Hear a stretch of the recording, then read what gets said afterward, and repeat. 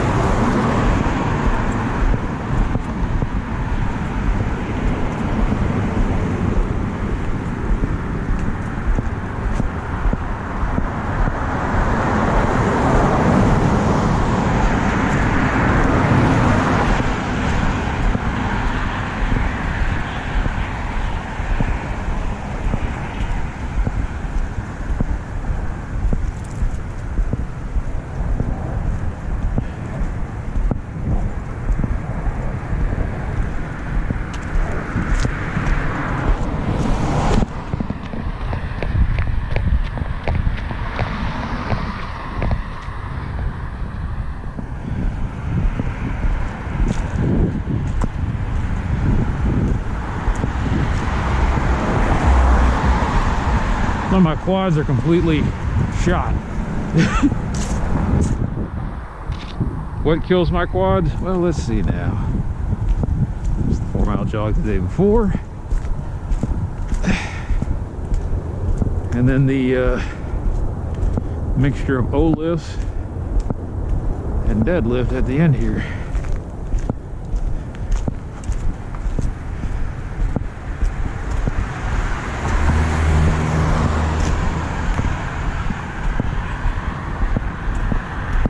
It's weird when I'm doing the lift,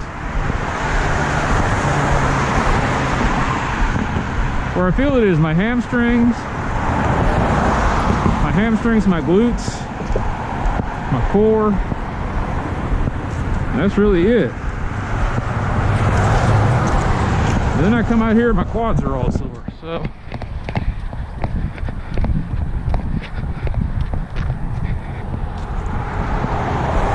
In other words, when they said deadlifting is a full body thing, they're not kidding.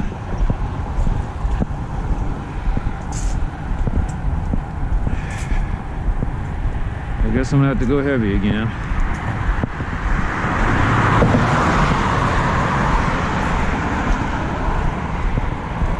$315 didn't feel all that bad.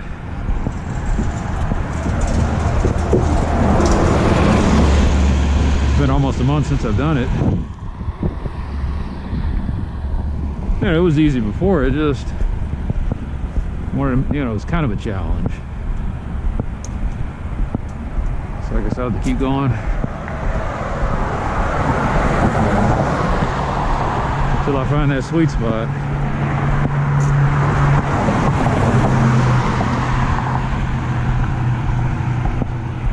Meanwhile, I got to test out my new bar, the Wonder Bar, today. And despite what people are saying online, a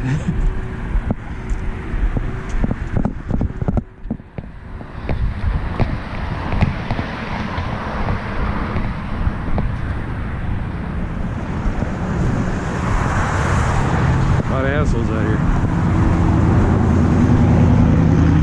Despite what's said online, anything above 225 pounds, the bar gets a little whippy.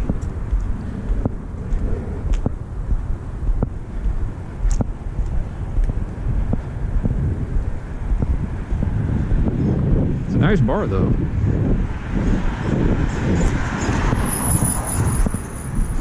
I just never realized that I was lifting on a bad part.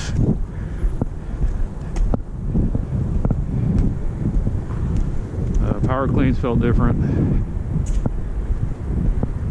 Like I could definitely feel the snap as I put my hips into it. I didn't try to pull quick. I was doing, like, what do they call it? They call it muscle cleans when you do it slow. So I was doing it slow because I didn't know how the bar was going to feel. Plus it was covered in oil. So I'll have to live before that goes away. All in all, it was not bad though. I do kind of miss the center knurl. I never realized how much I missed it until popping it up, and then I'm trying to balance it on my chest, and I was like, you know, I kind of feel a little bit. I don't miss it at all on deadlift though. Yeah, so far it's a nice bar. I've already started to tear up the finish on the collars though, because I got these cheap ass cap plates. I never realized I'm putting the weights on and it slides. It slides on the collar so easy, and I was like, wow. This is what a new bar is like.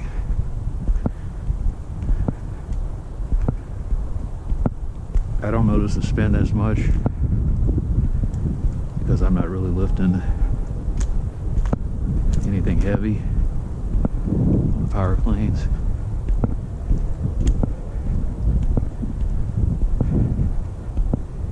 Am I going to become a great Olympic lifter? No.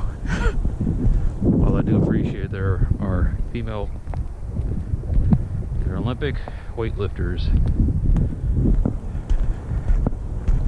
that do a starting goal bigger than anything I could ever dream of. They're 160-pound women that snatch more than I could ever dream of power cleaning. They're up there snatching 220, 225. Snatching, and not, you know, not. That's where it goes from your hip straight up. There's no, you know, clean transition. They're snapping that up, pop. Almost 1.5 times their body weight. And I'm barely power cleaning 185.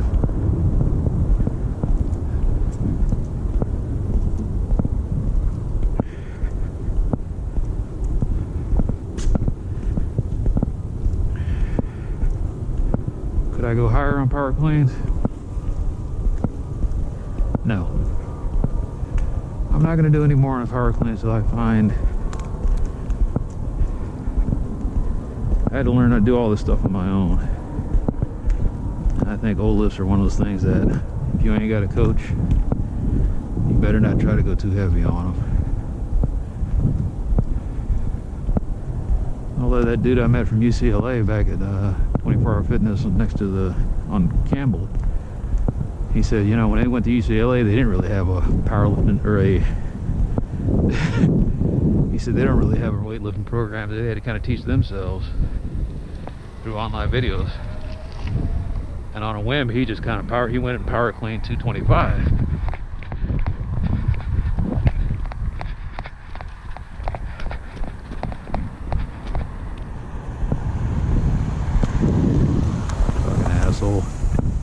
And he was barely 175 pounds. He tried to tell me he was 200. I was like, there's no way.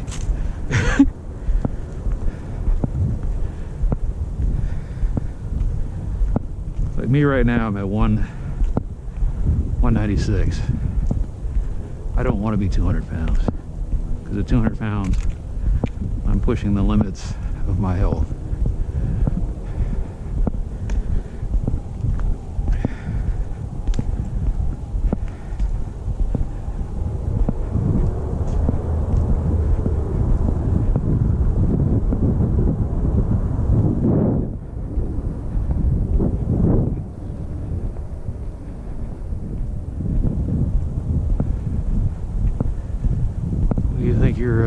So I'm looking at it. I was looking at my data from like the last 3 years of me recording my weight.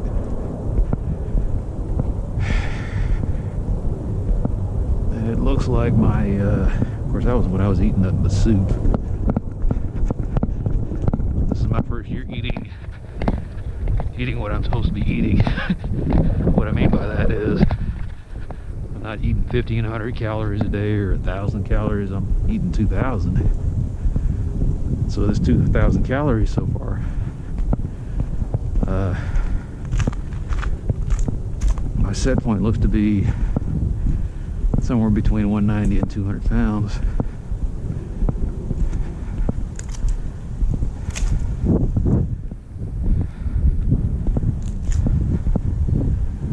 was eating what I thought were 1,500 calories a day.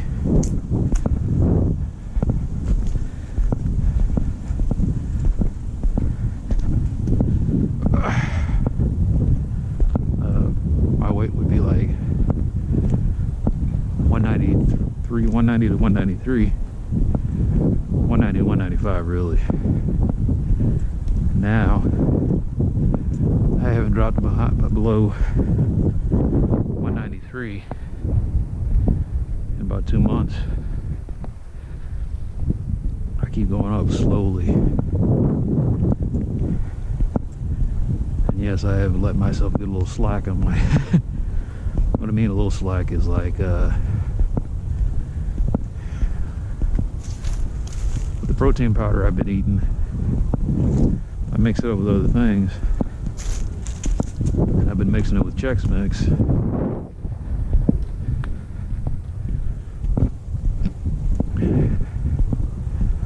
I basically turn the protein powder into a pudding. I don't mix milk with mine, I just mix water.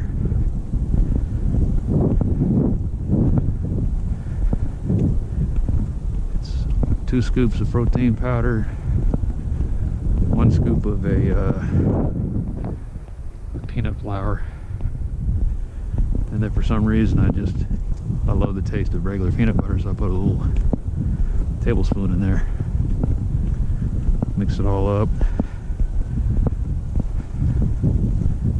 and then I sprinkle about 1.5 cups of Chex Mix on there. At least I think it's 1.5 cups. I'm not actually measuring it. That's what makes me think I'm being too generous.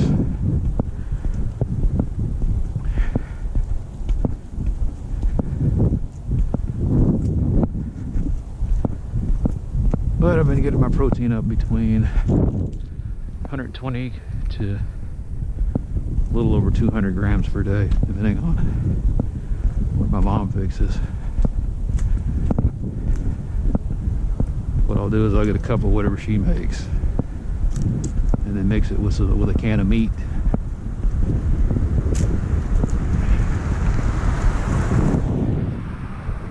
My problem is that she takes my, I keep saying, I've said this over and over again, she looks at the ingredients and she makes something that's, like I said, she just wants something that's tasty, and unfortunately it makes it unhealthy. Tonight she made tuna casserole. That's, you know, that's macaroni,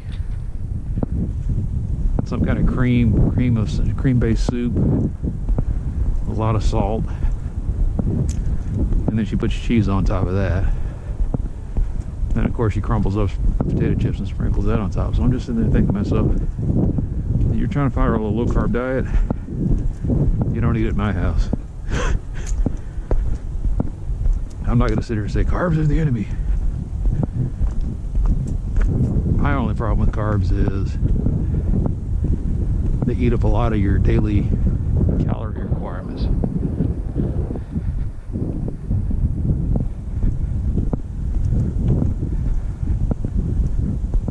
Like the way it works for me right now is once I get over 120 grams of protein, I don't really care how many carbs I eat.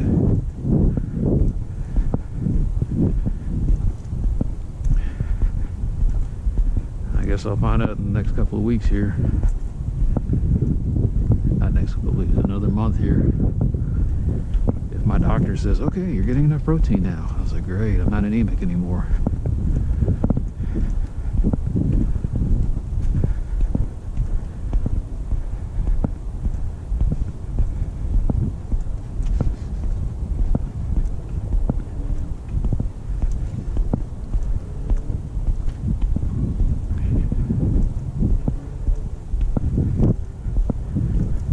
It's like 8 o'clock at night and there's still a lot of activity. There's a lot of activity, that's all I'm saying. And I expected it during the day, like I was driving by Bachman after my appointment. It looked like there was a fair amount of people. They'll be gone in the next couple of weeks, but still interesting. Because there was no pandemic last year, so it's going to be interesting to see how many people can fulfill their New Year's resolutions now that A, they're working from home, and B, they can't really go out anywhere else? Are they going to stick with it? If my optometrist is any indication, the answer is no. We're always talking about running. He says, yeah, I haven't had a chance to. He says, by the time I finish, it's nighttime. And he was going all this, and he was telling me all this stuff, and I was like, okay.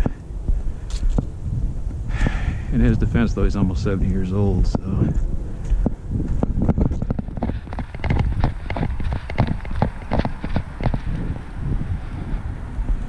Is that the neighborhood watch, asshole?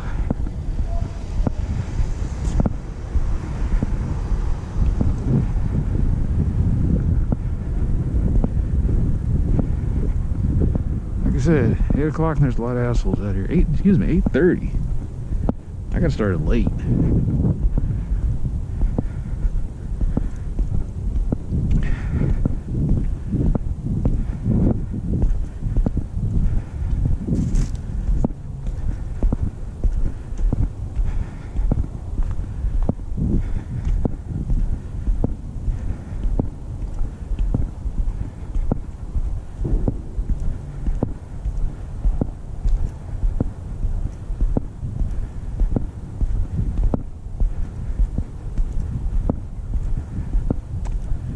What do you think if Warnock gets elected?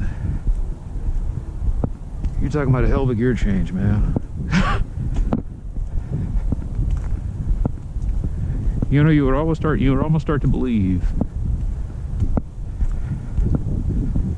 that this country is living up to its principles at that point.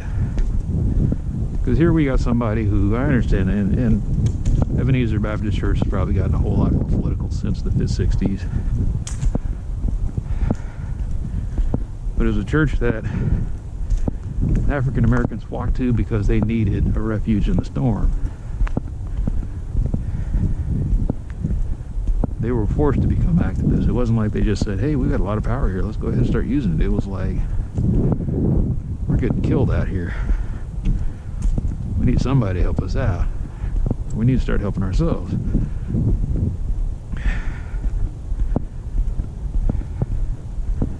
Suddenly their political base. This church that was bombed will now spawn a guy who will be the representative for a state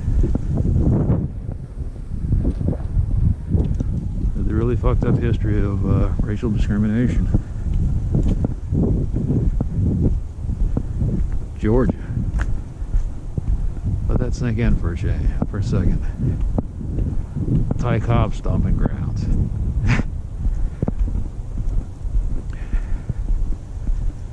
Might be leaning liberal. There's a lot of things I never thought I'd see. You know, the prognosticators were talking about Texas becoming purple. And it just didn't happen. But it's getting close. I mean, it was. How many votes did they win by?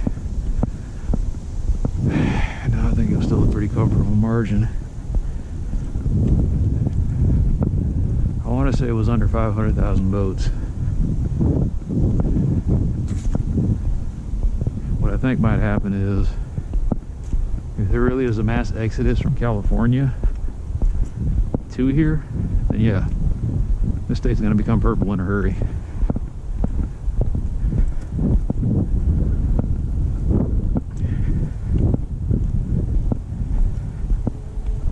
If two ifs, mass California migration, and this plan that the Democrats are coming out with, it almost sounds like amnesty. Do they have to do it? Yeah, they got to do it, man. Everybody's cowering in fear, and so and between fear and COVID, couldn't get an accurate census count.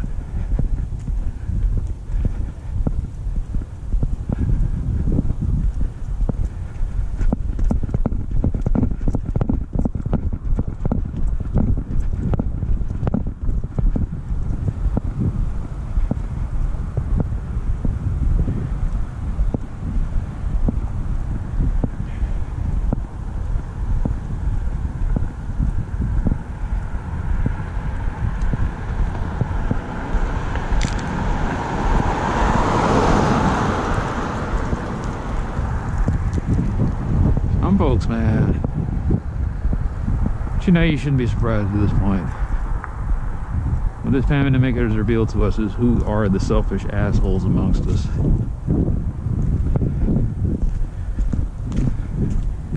It's revealed who is stupid and who is selfish.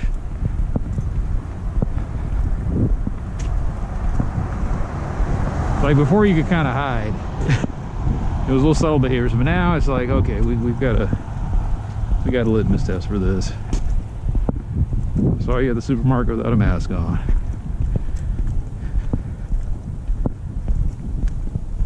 Let's be brutally honest, you probably caught the disease. You caught COVID because you were willfully ignorant of how the disease spreads.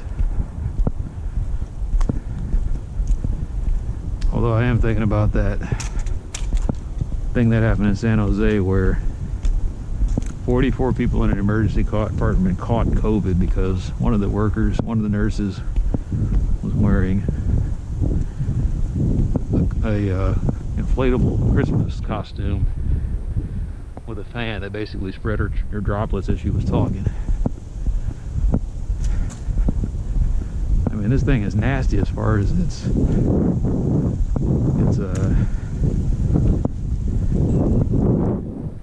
contagiousness. I want to say virulence, but I don't know if that's the same thing.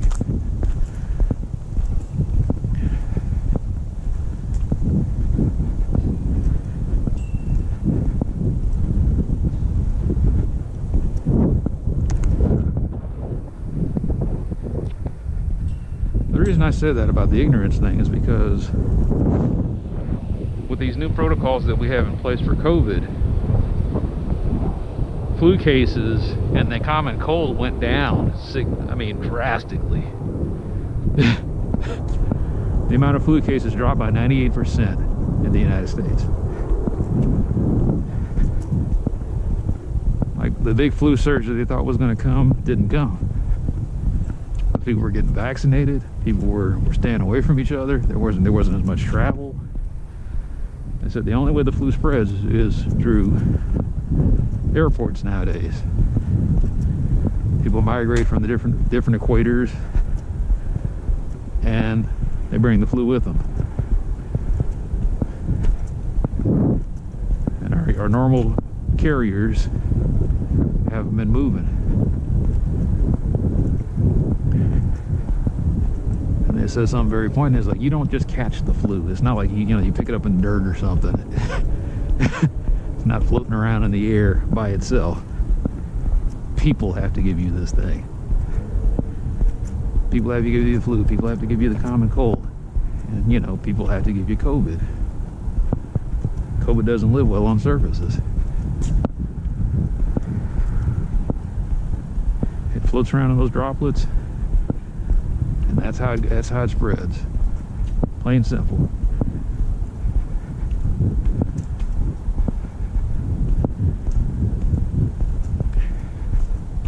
So what does it tell you? What could be happening is a lot of people aren't washing their hands. But then again, like I said, we just said that the flu wasn't transmitting. So this thing is like, almost 100 times more. This basically, COVID is 100 times more contagious than the flu and the cold. This thing is super contagious. It's super contagious and kind of deadly. There's only a little bit under 10% of the people who catch it are dying.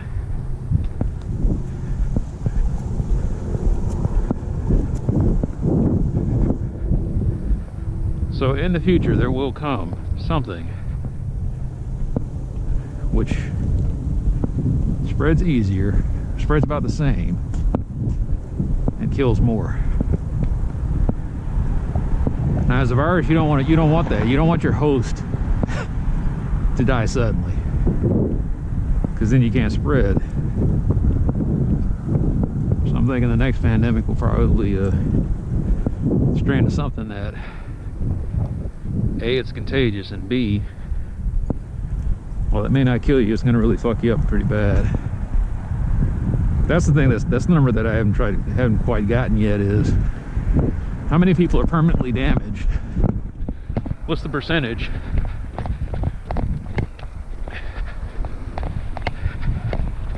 That's permanently damaged by COVID.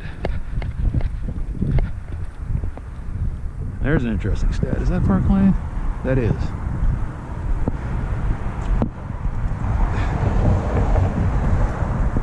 You know, how many people needed lung transplants, have damaged hearts, have compromised immune systems,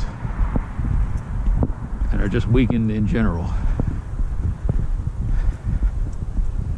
Now that's the thing they always get you. They always talk about wars where, you know, we count casualties like the deaths, and it's like, it's not just the death. How many soldiers are coming back messed up?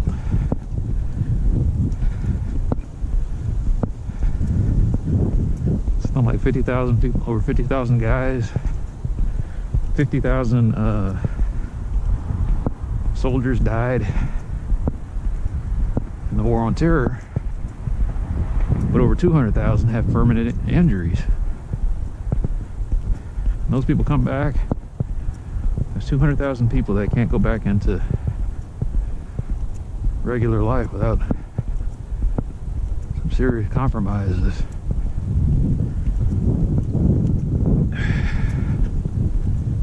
So, what if it's 20%? 20% of the people who catch COVID are going to be permanently damaged.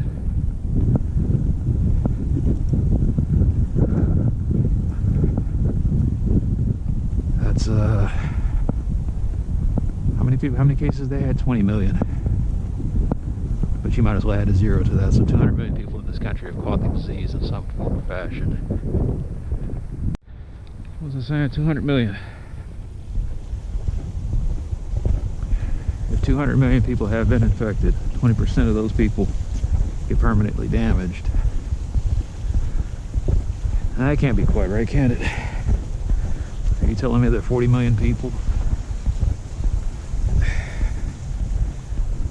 40 million people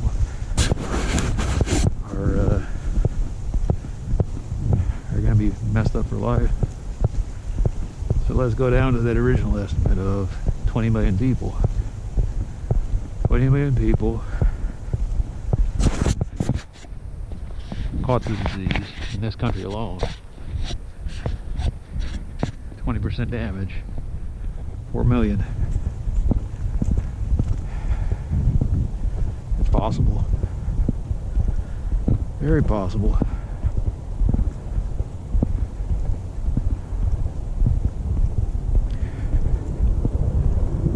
Alright, so all I know is the street that I'm going to go down starts with an M. I decided I'd rather deal with the cops than any criminal element in some of the streets I go down.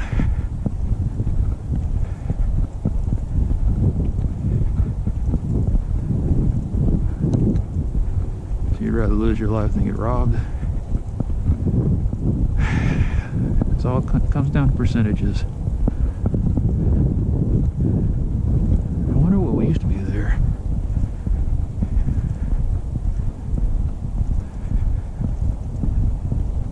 The street I was going down, it starts with an M. This is it, yeah, Manchester. And then after this we'll go down to Manning. So I've never been down Manchester before. They've never seen me before. So there's a good chance that I'm going to be talking to the cops tonight.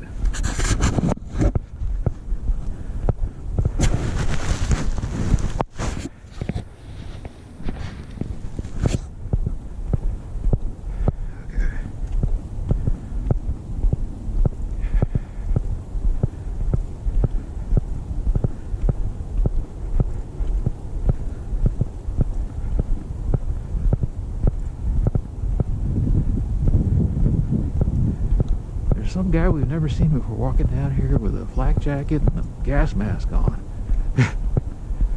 I'm not wearing either one of those things. I'm wearing a mask with vents, and a chest harness for my light. I keep hoping that what they do is they look at this outfit, it's like, man, it's just got this reflected thing, this light. If he is a thief, he's the worst. He's the least stealthy thief out there. Okay. Well, good news, they don't give a shit about me. That's kind of the way I want it. This dude walking the dog. Oh yeah, I forgot about my fanny pack. I would think that someone would think, you know what? A guy who carries a fanny pack is probably not going to get into criminal mischief.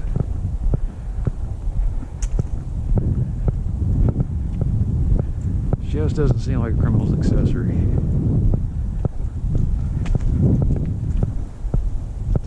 Huh. Lively comes out all the way up here, huh?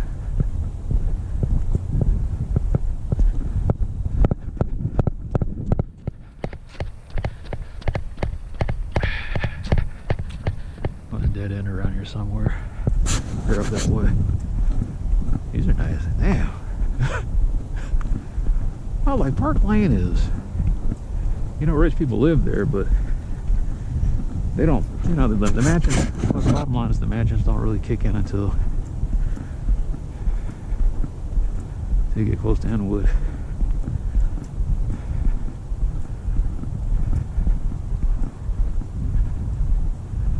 And as much as everybody talks about how much they hate the rich and they don't pay their fair share, blah, blah, blah, you gotta be a little curious about somebody who has that much house. Like, the sad thing is, are these houses mostly empty, mostly unused during the day and even part of the night? You know, the owner's working right now. Are they sitting down in front of a TV somewhere in a small room while the rest of the house is pretty much just dark and abandoned?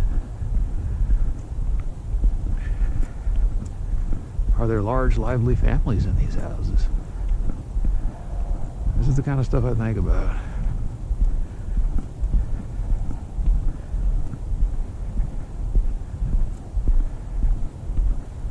Is this Manning? This is...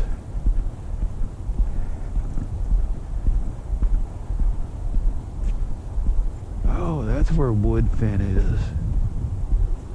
Huh. Okay.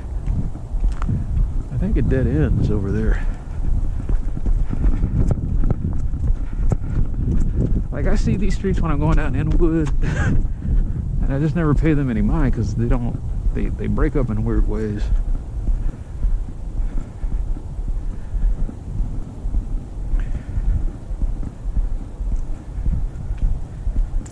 You know, sometimes I think, like the car in front of me right now doesn't belong to the person that owns the house, the person that cleans it. I could be wrong. The person that owns the house, he might drive something modest like a little compact car. You don't get rich, you know, buying a bunch of shit. Maybe he's one of those practical rich.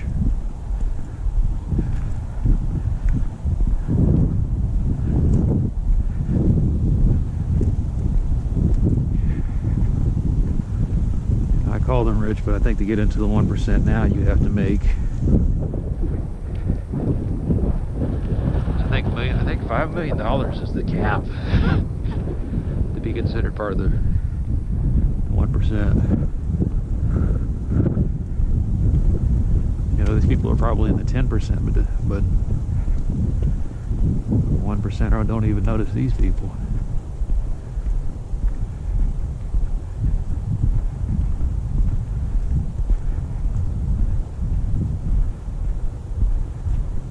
That's Brookview. I didn't even know that this came down this far.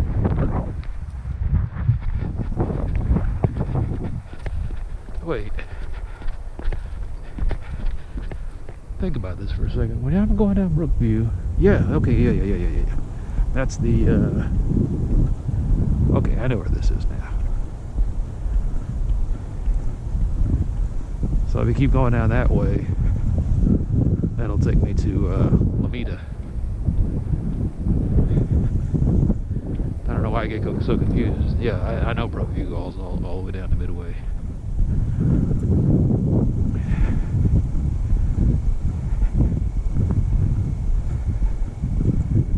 So what's confusing me is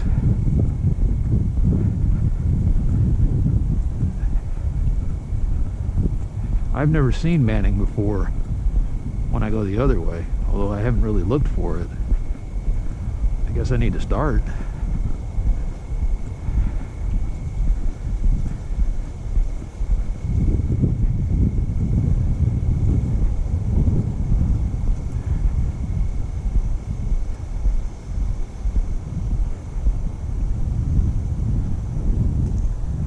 Gloucester. I'm laughing, these are all English names. They're like counties and little suburbs of England. There's Gloucester County. There's Manning. And of course, like I said, I'm going down Manchester, which is a whole like region.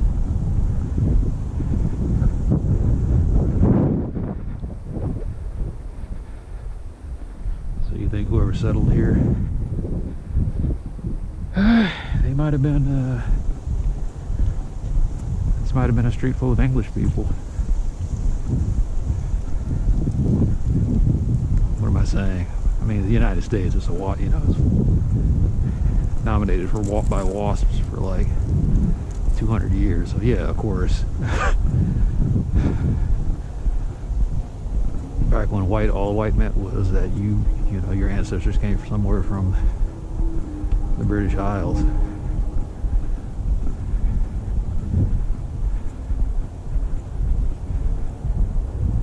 Okay, and this is Manning. So I'm gonna have to do some studying and find out if Manning goes all the way to Inwood. Doesn't look like it. Looks like this kind of like flips in over here. Wow.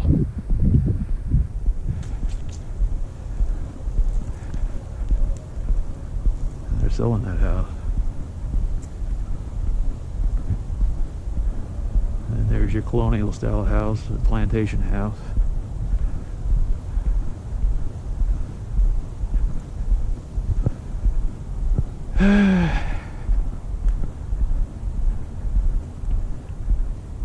Well, you want to talk about a contrast.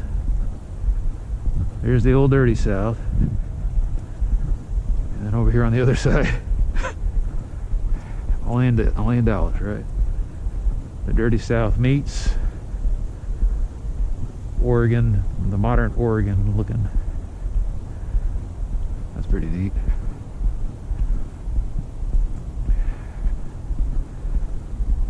Think they're gonna give you a hard time? I don't know. Like I said, I honestly don't think people care, but it shocks me all the people who watch me. And I don't mean my YouTube channel. I mean like while I'm walking this neighborhood, people say, "I see you all the time."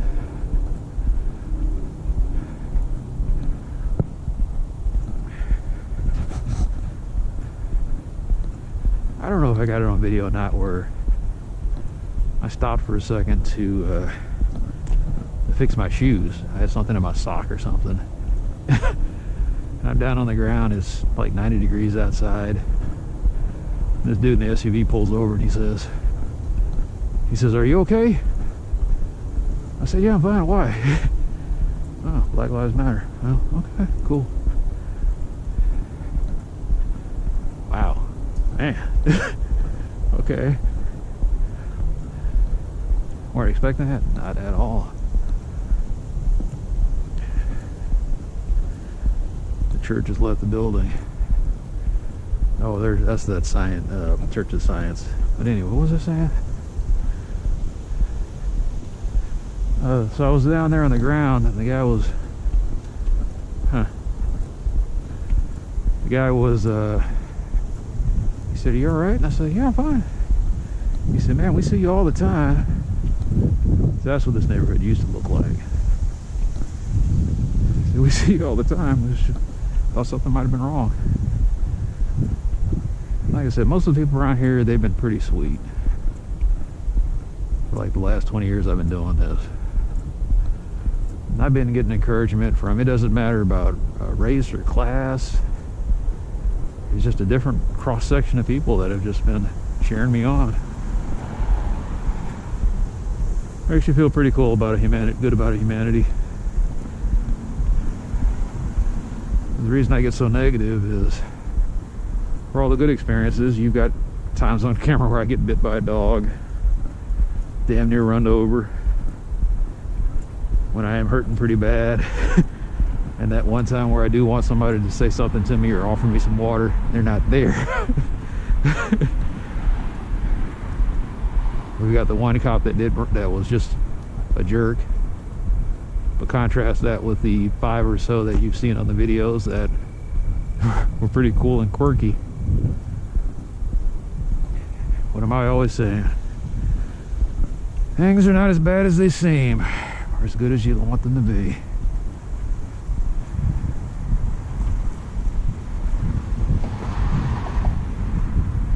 So, Manning Street, my virgin run here. Not as bad as it seems.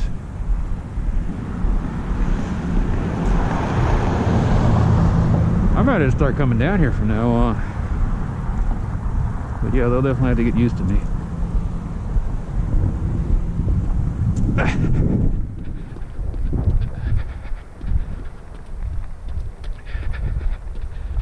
You know what I should have done?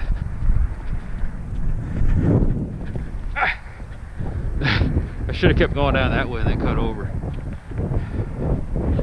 It's only one block. All right. But yeah, I don't think Manning comes straight out. I think once I pass Brookview, there's one more street before I get to Northwest Highway, and it says, you know, street ends, no outlet, like that.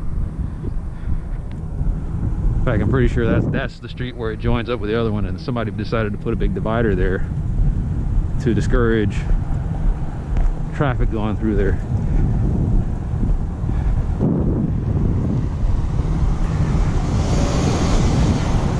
So what that probably means is, if I were to go down that last street that says straight in, no outlet, Manning might T-bone into that. So I would go down there, and then I would like take a right or something, and then come out at Manning, and then I take Manning all the way down here.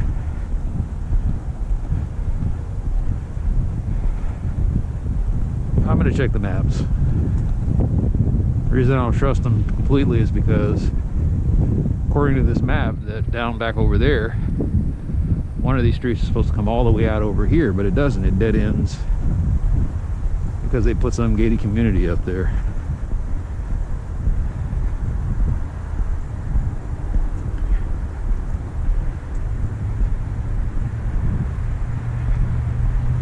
I have no idea how far I've traveled. What's the goal for today? I knew I wasn't going to have it in me to do 5 miles like I did last week. In fact, I think that's part of the reason why I was hurting pretty bad. Is I'm going to have to start abandoning cardio. Not saying I want to see gains or any of that other stuff, but for me, just to keep my cardiovascular system pumping really nice, I don't need to do more than 30 minutes a day. That was really most of the goal, was so that I wouldn't have heart attacks, and I thought I would lose a little weight doing this. Now I realize cardio doesn't really do much as far as weight loss. That's Diet. Diet, diet, diet.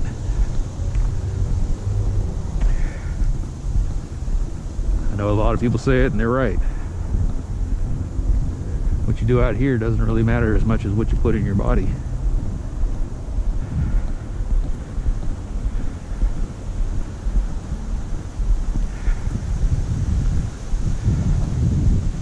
And you got to understand that makes sense because you want your body to be able to walk 25 miles and run. Because the whole time you're chasing food. And then with the little food you do get, you can go a long way on it. So I'm built right. With this body, I could survive an ice age. That's why I'm here. You know, my ancestors were fat, sloppy, nasty sons of bitches.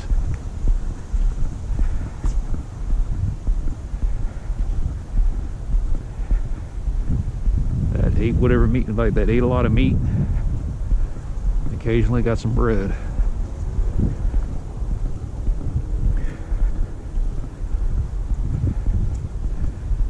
And people ask the question, do you miss it sometimes?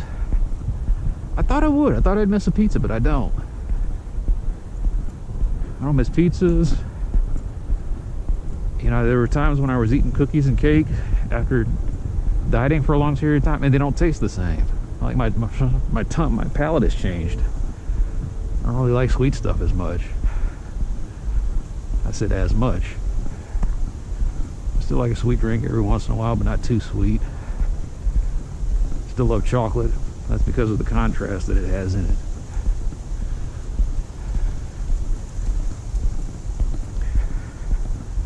I don't think they'll ever make sugar-free chocolate. Well, I mean, I guess they do, but it's always like $14 for a candy bar.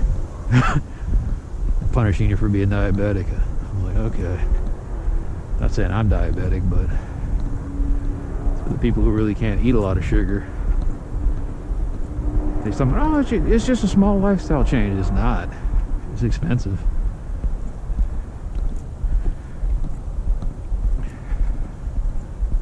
I feel for you if you're a diabetic, man, because if you're a diabetic and poor, you're probably going to be dead within 10 years. Because then you start realizing they put fucking sugar in everything. The can of meat I'm eating probably has some sugar, so that's like in there somehow. Some guy said, hey, can you write a bill that where it's like sugar is mandatory and, you know, all this prepackaged stuff? Yeah, sure. Can't eat bread, too much. All the bread has too much sugar in it. All the bread. Except maybe that, what's that bread that Ezekiel bread. I was gonna start eating that. I looked at the calories on it and I said, I couldn't justify buying this loaf of preservative-free bread that I wasn't going to devour.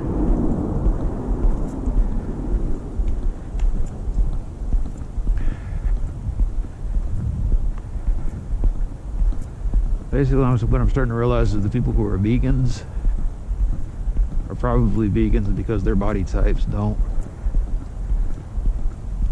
really have a hard time with eating a lot of extra carbs.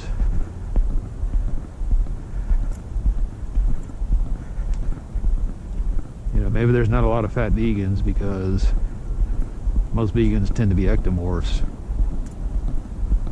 occasionally mesomorphs, or a mixture of the two.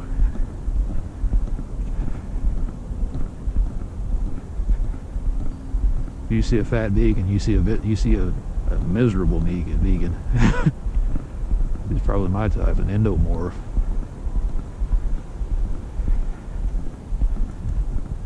Are you really I'm not a pure endo.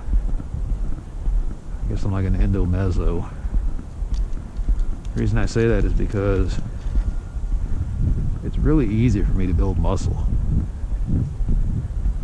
But it's also equally easy for me to build fat. Like, that was the thing that shocked me, was when I started eating meat again, my body just said, oh, you're finally starting to eat this again. And it just, that muscle came back quick. Sarcopenia? Get the fuck out of here with that. I don't know what no sarcopenia is, man. I ain't got that. I'm like, okay.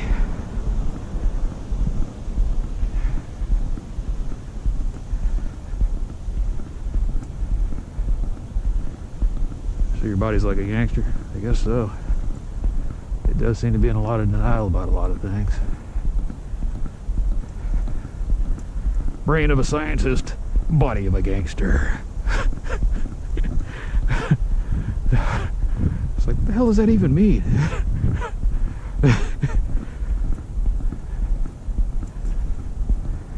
But I keep thinking about, who was that they were talking about? She said she's got the face of an angel and the mouth of a sailor. What was her name? Beautiful woman, that Kristen Bell. Kristen Bell has the face of an angel and the mouth of a sailor.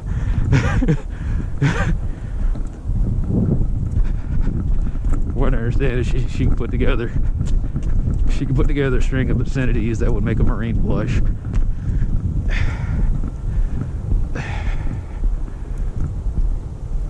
So it's kind of hot though, isn't it?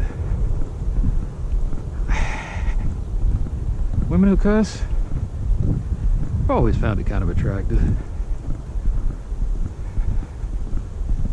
I say kind of because sometimes it's just like, you know, if you're just ignorantly cussing. If you're a Rhodes Scholar that you're a Rhodes Scholar with a foul mouth, I'm just like, that kind of turns me on.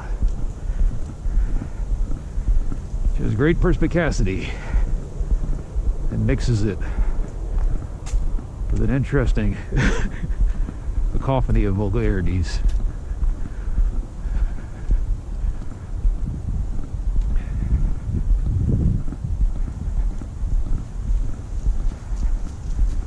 You know, you just want to look at it and say, you magniloquent bitch.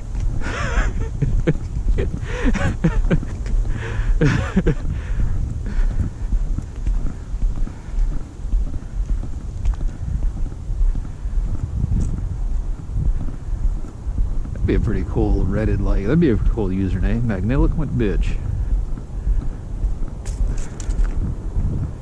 I want that for myself. Although I was kind of leaning toward magniloquent motherfucker, but since I'm not really messing with women with kids, it'd be wasted on me.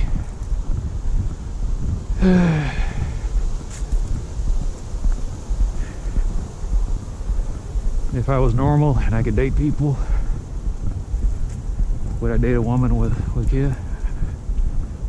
I think I've said before, I don't really have a problem with that. It's just that if I am with a woman with a kid, I would need the boundaries defined very clearly, very early in the relationships. Like what am I to your kid, you know? Don't bring me into this. And the kid's all confused, and I'm all confused.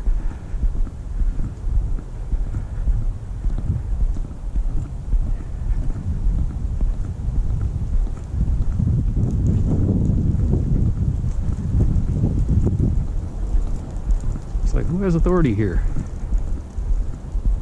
It's kind of a weird deal to go into if you're looking for a long-term relationship.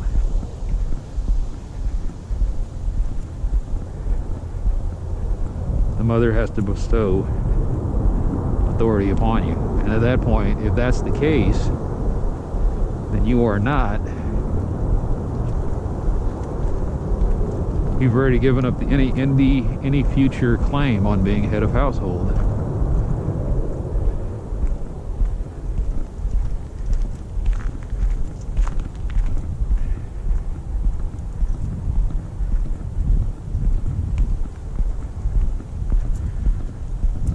I know there's a lot of wonderful men out there who have taken care of kids who are not their own. And they have done so, being accosted from all sides. And I salute those men. That's a rough job, man. Because you're getting it from the kid, you're getting it from the mother, and then you'll probably be getting it from society too. It's like, well, you're not really the parent, then what? You're not the biological, then. It's probably easier for those guys who, you know, they raised the kid from a baby to a certain age, because in the kid's mind, you've always been just, you're always dad. But in those situations where you come in there, and there was already a dad, or there never was a strong male permanent presence, a lot of damage to go through.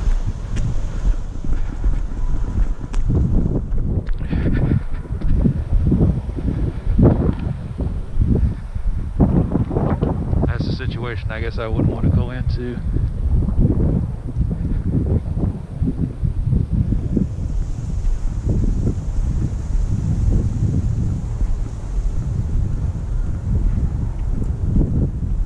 You know, that's a lot like, I guess it's a lot like being a guy coming into a city and suddenly you become the occupying force when there already was another kind of occupying force in there.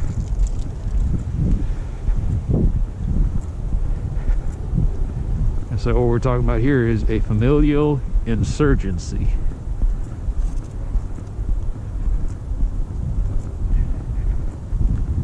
Where the woman you think you might want to spend the rest of your life with and her kids go jihad on your ass.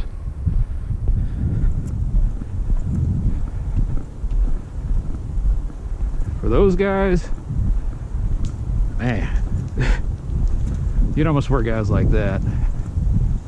Guys like that need to, you know, they know what a safe word is. Guys like that want to be spanked. They are pure masochist.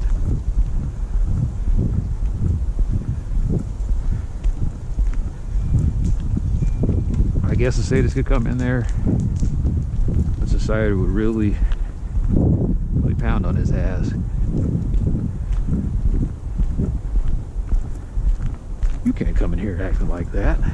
I just did. She doesn't seem to mind. Well, she's scared of you. She better be, you know, that whole deal. And then you're just like, I am not to be feared. I am to be respected. You don't want fear, you want respect. And that has to be earned. And you got to be patient. And it's a long process.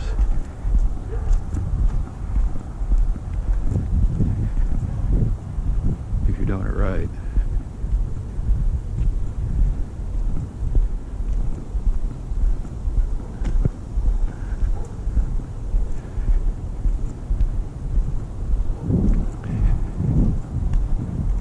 It's weird how the asshole who's coming down the street at super speed always hits me at a place. I guess it's like a video game, man. It always hits at the place where the sidewalk is not easy to get to.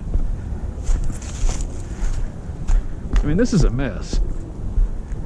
If I ran into that, man, I'd have a twisted ankle, or worse.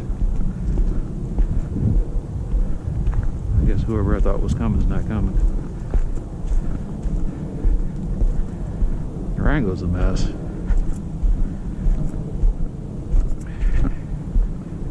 You can tell who lives here, man, by how fucked up the sidewalk is.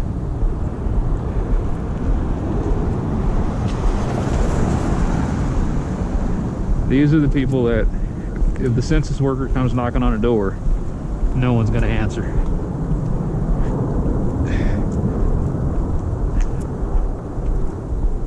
And I always hated that.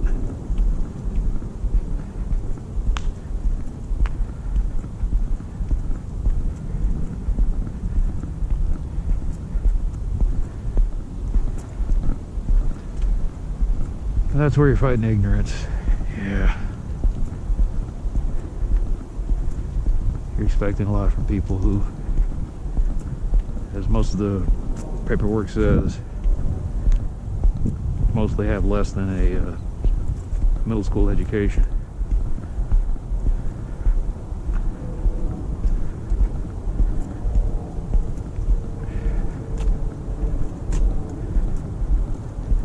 That means that they missed the civics class.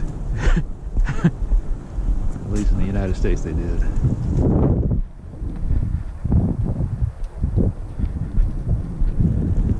Then I started reading, doing research on all the different... There's a lot of messed up Latin American countries, and the United States, sadly, almost always had a hand in it.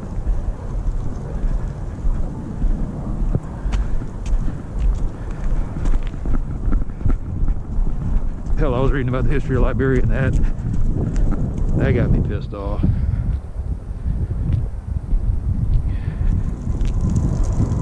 The United States was messing with that whole deal because they could get cheap. What they were getting out of it was a cheap rubber plantation.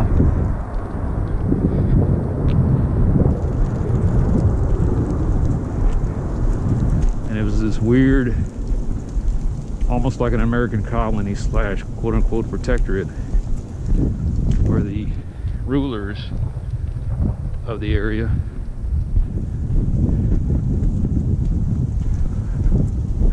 were directors of a corporation. Can't remember if it was Firestone or Goodyear. But like, you started really hearing about these companies that would go to these places in South America and Africa. Not South America, but just Latin America and Africa. And they would have their companies own everything. Like, you think about the Dole family in Hawaii.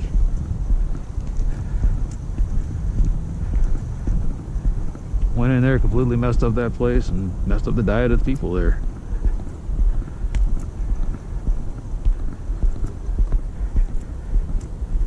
Henry Ford's failed experiment in Fordlandia.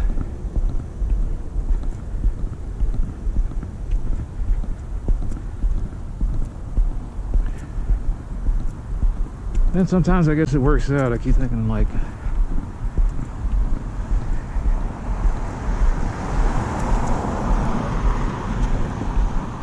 America even kind of had nerve enough to have Asian colonies. That's what I count the Philippines and Japan. It's after World War II.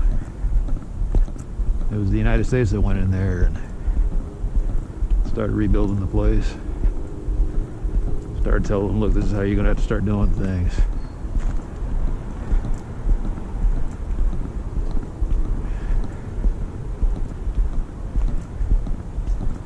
Why do you think the Japanese can do stuff like that? In a lot of Asian countries, it's not about the individual, it's about these places, man, they're taught from birth to buy in.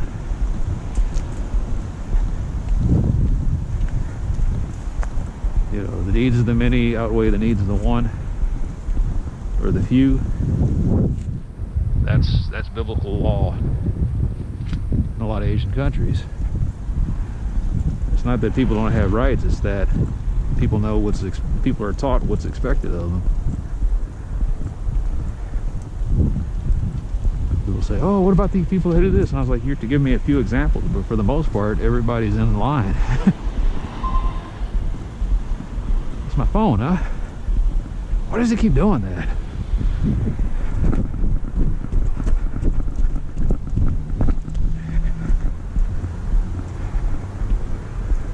And the weird thing is, that means that when it does that, that means it's connected to Wi-Fi somewhere.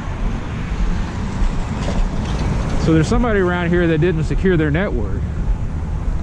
You almost want to knock on the door and say, hey man, you need to tighten that shit up. What are you talking about? Man, I can connect to your Wi-Fi with no problem. But for all I know, they could be hackers.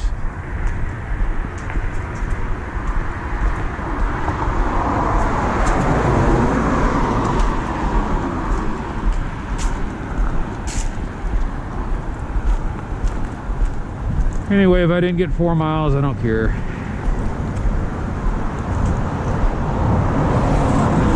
The goal was to get at least an hour in, and I got 45 minutes. No, excuse me, I got an hour and 15. So, like I said, I started this little jaunt at 8:30. So I got what I needed.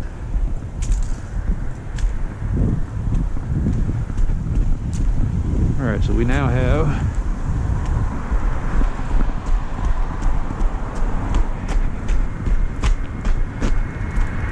there's always an asshole coming down Marsh Lane.